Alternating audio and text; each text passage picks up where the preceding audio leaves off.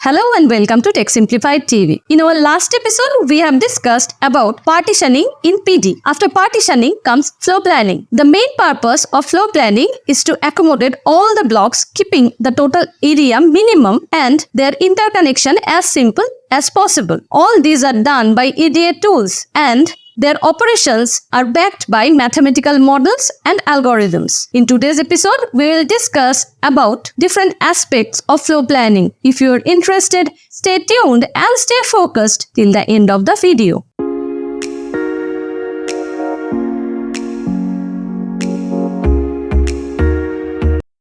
Now let's take a look at the pointers we are going to discuss in today's episode. First, design flow and floor planning. After that, goals for floor planning, optimization in floor planning, Floorplan Tree, Constraint graph pair, Floorplan Sizing. There are 2 slides on this topic. Next, linear ordering. There are 3 slides on this topic. Then cluster growth, and finally simulated annealing. So these are the pointers we will cover in today's episode. Now let's move to the next slide.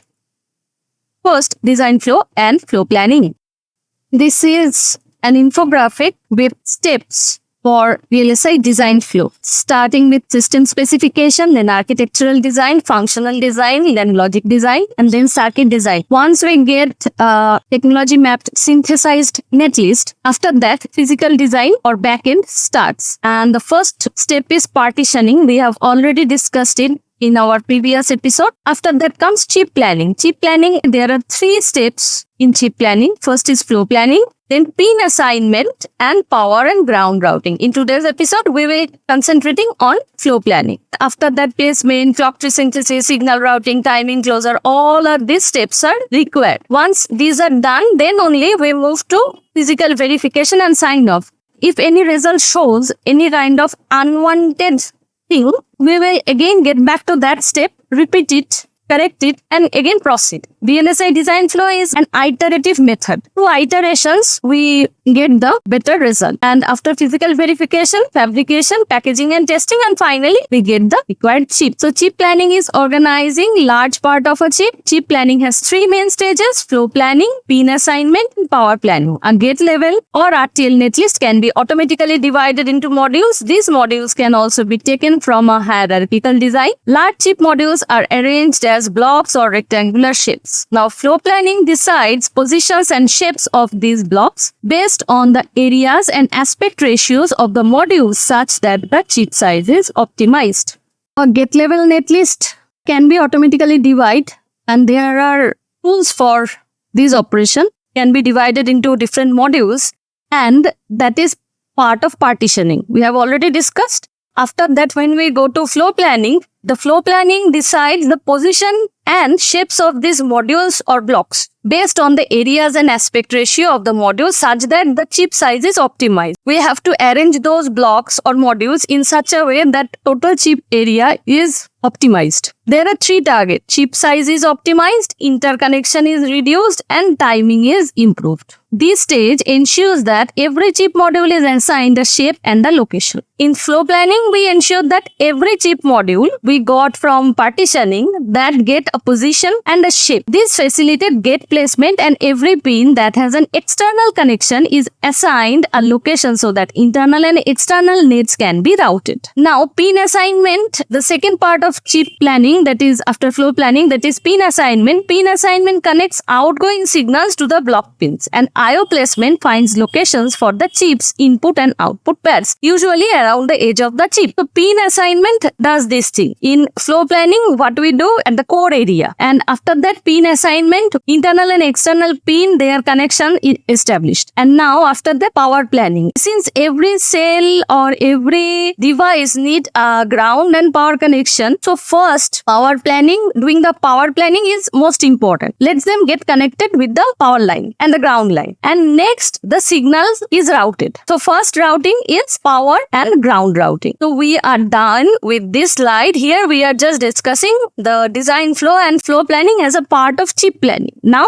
we will go into detail of different aspect of floor planning. So we are done with this slide. We will move to the next slide. Goals for floor planning.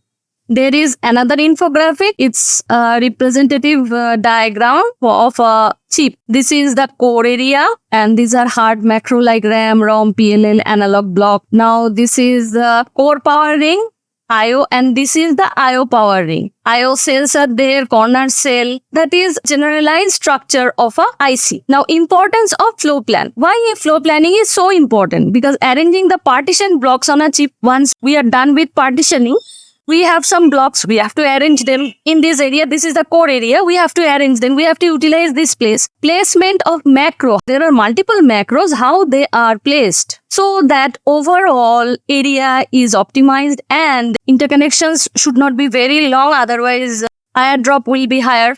Specifying the location of IO pads. Once this core area is done, then IO pad, there is space for IO pads, specifying the location and number of power pads. How the modules are spaced, depending on that, how power will be routed. So according to that, the power pads are also positioned, deciding the type of power distribution. These all are decided through floor plan. So floor planning is important. Now the core of chip is made up of one or more top level blocks.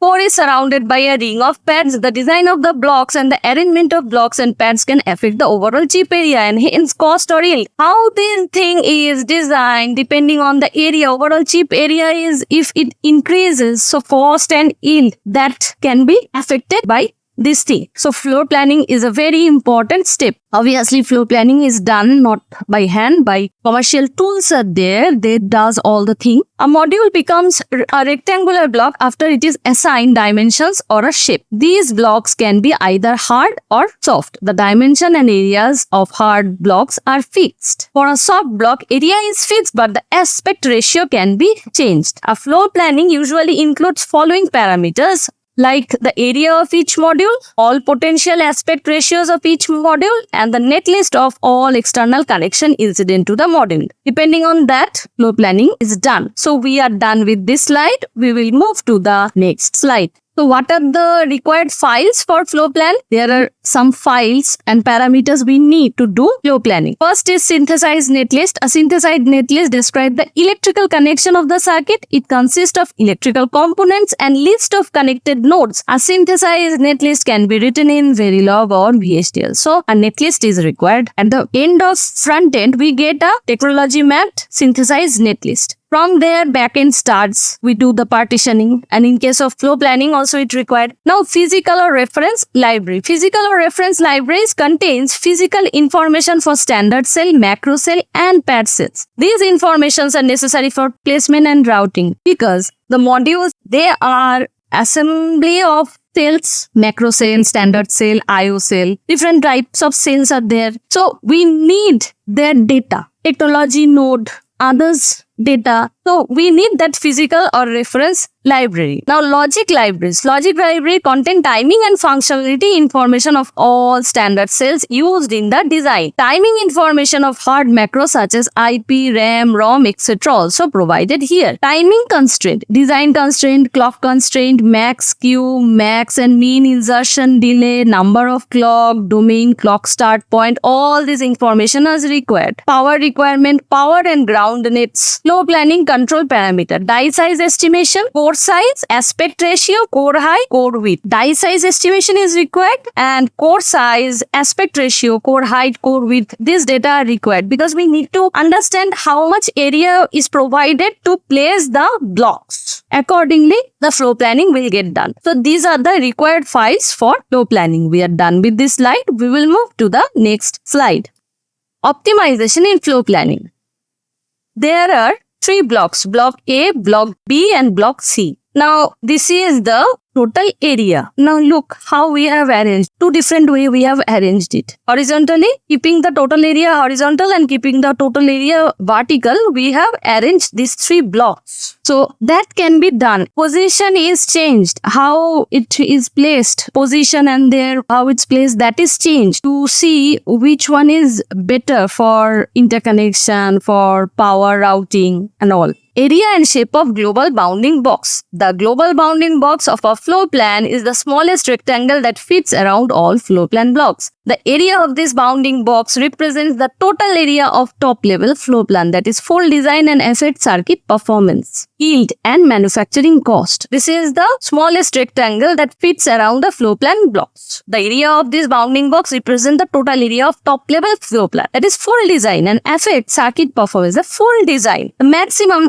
holding all the macros. To minimize the area of global bounding box, we need to find the best location and shapes for each module so they fit closely together. Another goal beside minimizing area is to keep the aspect ratio of the global bounding box close to a target value. We can adjust the shapes of individual modules to achieve these. The area and aspect ratio of the global bounding box are connected and both objectives are often optimized together. So we need to keep the modules close enough so that area of bounding box is optimized. Now total wear length. Long connections between blocks slow down signal propagation. For better performance, connections must be shortened. Shorter connections means less wear capacitance, that is reduced energy dissipation. Minimized wear length reduce power consumption. Shorter wear length improve routability and reduce manufacturing cost. If connections are too long or dense in one area, there may not be enough routing resources. Spreading circuit blocks apart can add routing tracks but increases chip size and costs. To simplify wear length calculation, we can connect all nets to the center of the block. This method, accurate for small and medium blocks, allows quick interconnect evaluation, although it's not very useful for a big design. So wear length, total wear length is another point we need to keep in mind. If the modules are very closely placed, then there might be problem or routability might not be that good. If they are placed quite far, then interconnection length increases, that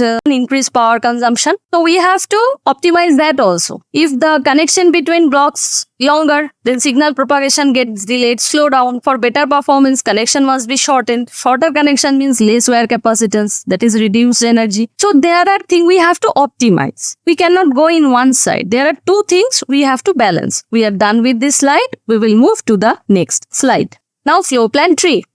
A slicing floor plan is created by repeatedly dividing a rectangular area starting with the entire chip into smaller rectangles using horizontal or vertical cuts. These are the methods. This is the total area. If we cut with this line, so this total area is there and this area is there. Again, if we cut here, there we get two rectangular blocks. And if this area we cut like this. So here one zone, another zone. In this zone we can cut using another line. And finally this zone we can cut like this. So it's a slicing. How we slice the total floor plan. It's one of the way of doing floor plan. So it's a binary tree with k leaves and k-1 internal nodes. Each leaf represents a block and each internal node represents a horizontal or vertical cut line. Each internal node has exactly two children. So if line is like that, it's horizontal, and if the line comes like that, it's vertical. Let's try to understand. This is a horizontal line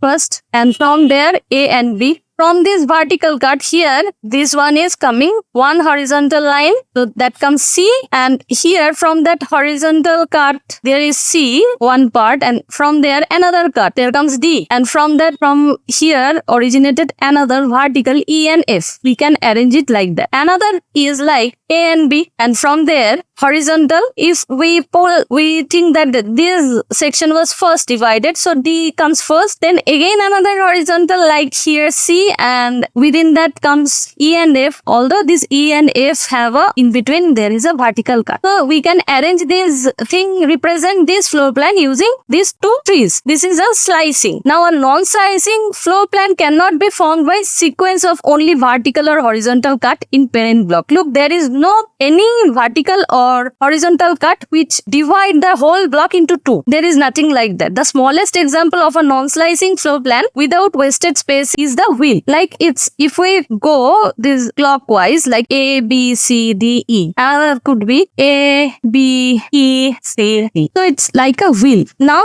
Floorplan tree. A Floorplan tree represents a hierarchical floor plan. Each leaf node represents a block. Each internal node represents horizontal cut or vertical cut or wheel. There are three options. Order of Floorplan tree is number of internal or non-leaf node. So how can we represent it using tree and wheel together? There are both things are here. Like now there is a horizontal cut which divides into two. So in one part comes H and I, and H and I again in between there is a horizontal cut. this is the branch. Done. Now rest of the part is this. So rest of the part is like that. Now this is our total area. That is cut by 2 by this. A and B will come in one side. C, D, E, F, G will come to another side. So A and B, there is a vertical cut. That vertical cut. So and A and B, again there is a horizontal cut between them. So A and B. And here, just look, it's like similar like this structure.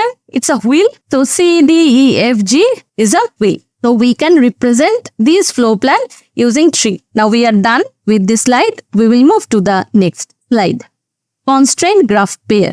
A constraint graph pair is a floor plan representation that includes directed graphs showing the relationship between block positions. Two types of graph: the vertical constraint graph, the horizontal constraint graph. A constraint graph consists of edges connecting n+2 weighted nodes, one source node, one sink node. Source node is S, sink node is T, n block nodes V1 to Vn representing blocks M1 to Mn. There are blocks starting from M1 to Mn and their block nodes respectively V1 to Vn. The weight of a block node represents the size of corresponding block. The weight of source and sink node are 0.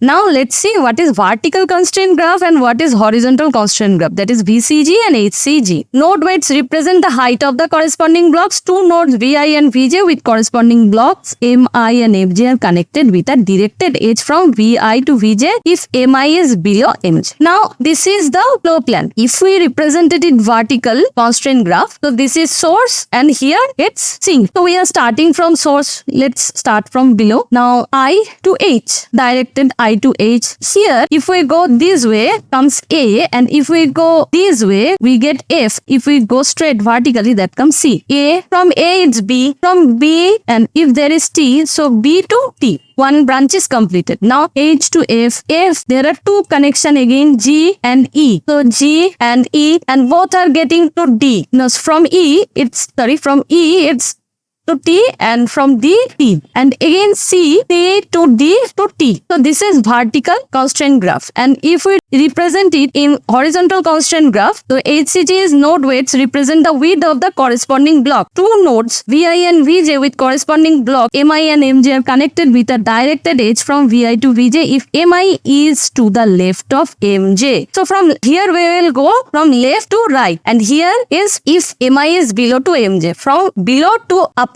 and here in HCG we will go from left to right. Source is here, S is here, T is here. So if we start, if that is S, so there might be 4 branches. One is B, one is A, one is H, one is I. So B to D to E, B to D to E to T. Another branch is A to C. From C there might be 2 way. One is G, one is F. Look, G and F. G is directly connected to E and then T. So G and E connected, and F and F is directly connected to T, that is sink, and here H and I both are directly connected to T. So this way we can represent by HCG. Now longest path in VCG is the mean vertical extent required to pack the block, floor plan height, and longest path in HCG is the minimum horizontal extent required to pack the blocks, that is floor plan width, that is the floor plan height, and that is the floor plan width. This is about constraint graph pair. Now comes sequence pair. A sequence pair is an ordered pair S plus and S minus of block permutations. Together, the two permutation represents a geometric relation between every pair of blocks A and B. And if A appears before B in both S plus and S minus, then A is the left of B. This is the convention. If A appears before B in S plus but not in S minus, then A is above B. So S plus like this, S minus this if block A is left to the. In both cases, A comes before B or left to B, then A is left of block B. And in here, look, S plus, in S plus, A comes before in left of B, whereas in S minus, in this pair, sequence pair,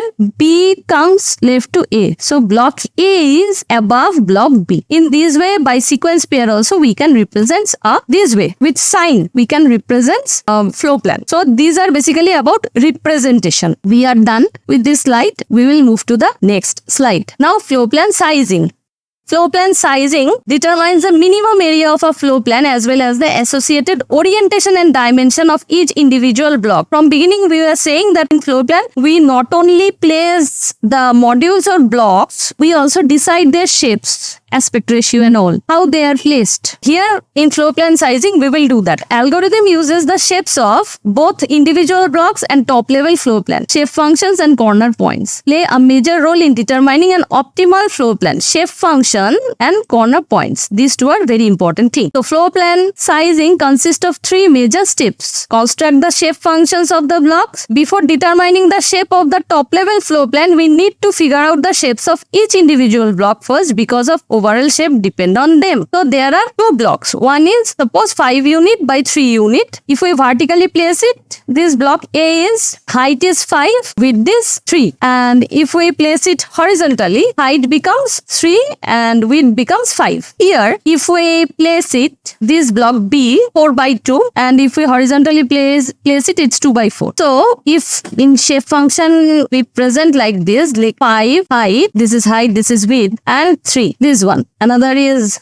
3, 5. For second block, 4, 2, and 2, 4. This is the way how we determine the shape function. Now shape function for two blocks are shown. The shape function HAW and HBW show the feasible height width combination of the blocks. Now what are the feasible solutions? In next slide we will see we can arrange it in two ways. We can take the vertical approach and we can take the horizontal approach. This is the vertical approach where we place one block, where we place the blocks up down manner, not side by side, not in horizontal manner. Here look, this block A, this is basically 5 by 3. If we position it like this way vertically, so 5 by 3, and if we again take this option, it's a permutation combination we are doing here. So 5 plus 4, 9, and this with this 2 and this is 3, so maximum will be 9 by 3. This way it can be, if it's vertical and it's horizontal, it will become 5 plus 2, that is 7, and here the width become 4 and here it's 3 within that. So there is some extra space. Here also there is some extra space. And this one is both are positioned in horizontal manner. 3 by 5, 4 by 2. So 3 plus 2, 5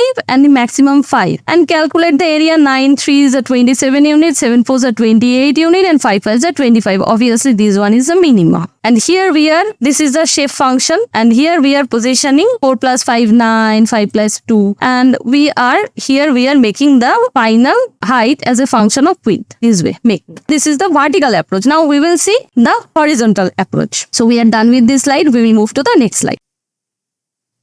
So determine the shape function of the top level floor plan. The overall shape of the top floor plan is based on the shapes of the individual blocks. Combining the blocks in either vertical or horizontal way can lead to different outcomes. There we saw as a vertical positioning. Now it's horizontal positioning. Horizontal positioning, that is side by side. It's coming side by side. So here again like this 3 by 5 and here 4 by 2. So 5 plus 4, 9 and maximum 3. We are now positioning it vertical like 4 by 2 and 5 by 3, 7 by 4 and 5 by 5. These are the combination. Here also coming that 5 by 5 is the smallest one. Find the floor plan and individual block dimension and location. After figuring out the shape of the top level floor plan, the smallest possible floor plan area is calculated. These minimum area floor plans are always located at the corner points of the shape function. Once the corner point with minimum area is found, we can determine the size and position of each individual block by tracking back from the overall floor plan's shape to each block's shape. This is the position, that is 5 by 5. This is the minimum. Here also we can find that 2 by 4 and 3 by 5. If we position like this, that becomes the minimum. So 5 by 5. This is floor plan sizing. We are done with this slide. We will move to the next slide. Now linear ordering.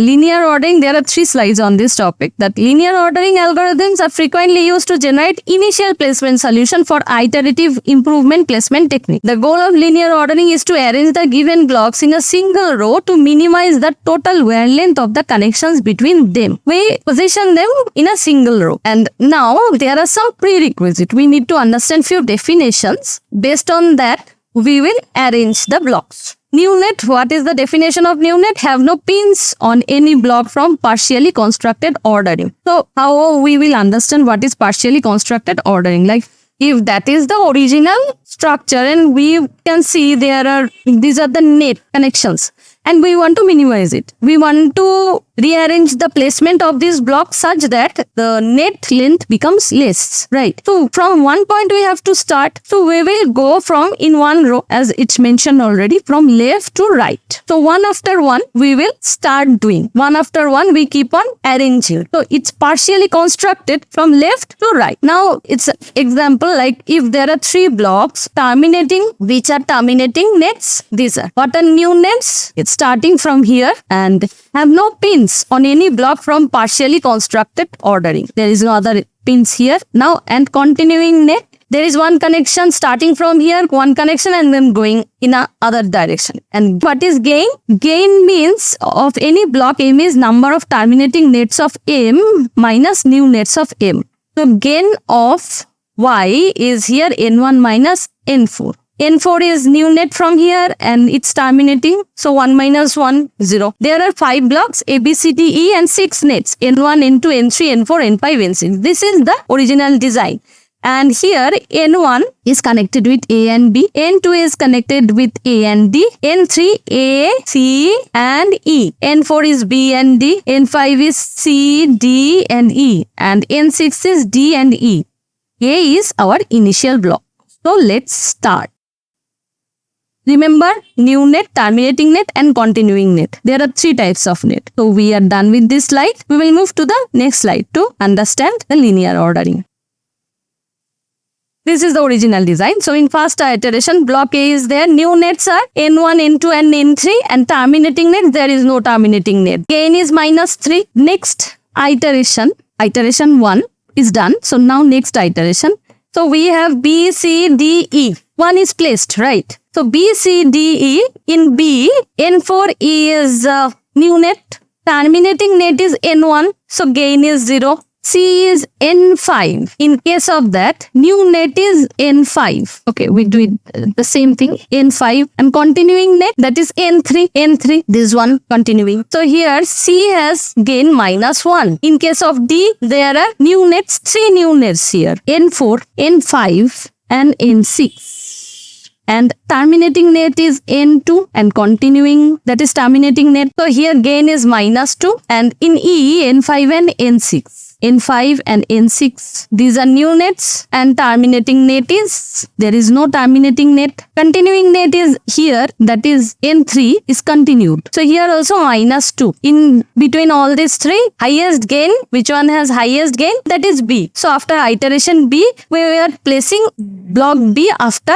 A and re-establishing the connection, that is N1 net is between A and B and the way it has. So up to this point, there is no change. These 2 are done. Now C, D, E block are left. So there are 3 blocks left, C, D, E. That is iteration number 2. C, D, E. Similarly, new nets N5 and no terminating net. So gain is minus 1 in case of D, N5 and N6. And terminating nets are N2 and N4. So gain is D 0. And in case of E, gain comes minus 2. So in between 3, maximum value is 0. So gain is highest gain is with D. So we will place block D after that. So there are 3 blocks we have placed. And accordingly nets are connected. Now we will move to next slide to place 2 more blocks, C and E.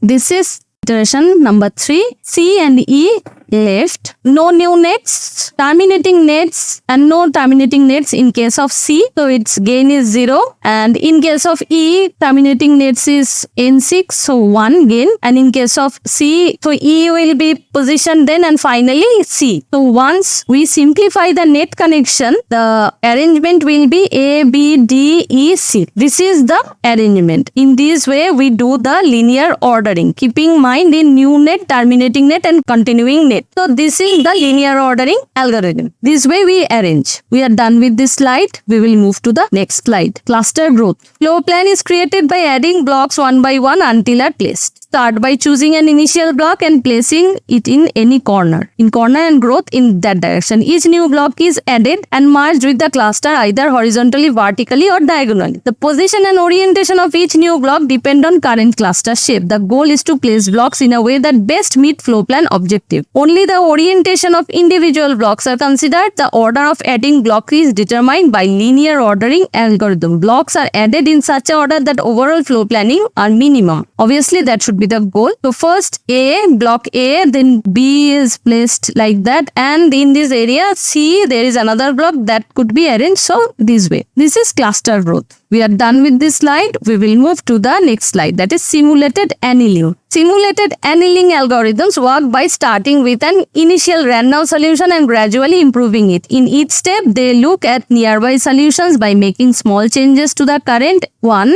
and choose a new solution from this option. Unlike greedy algorithms, simulated annealing algorithms don't always reject solutions that are worse than current one. In a greedy algorithm, if a new solution is better, for example, has a lower cost, it's accepted and replaces the current one. If no better solution is found nearby, algorithm stops and it's stuck at a local minimum. The main problem with greedy algorithm is that they only accept changes that improve the solution. The idea of annealing can be used to solve complex optimization problem. In case of minimizing cost, finding the best solution is like finding the lowest energy state of a material. Simulated annealing algorithm starts with a messy high cost solution and mimic the annealing process to create a more organized lower cost solution. The simulated annealing algorithm is random by nature, so running it twice usually gives different results. The difference in outcome comes from random decisions like how new solutions are created, for example, by swapping parts and whether those changes are accepted or rejected. In a greedy algorithm, if it gets a local minima, it will just stop. In case of simulated annealing, it doesn't stop. It goes for a global minima.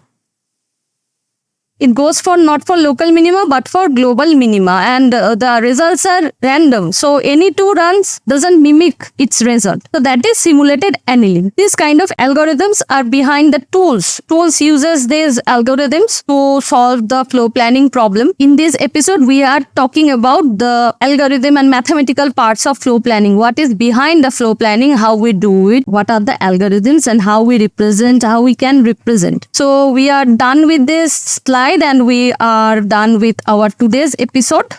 Thank you for watching up to this point. Don't forget to like, share and subscribe. In case you have any question or query, please put it as a comment. If you have a dislike, also put it as a comment. Thank you again and bye for today.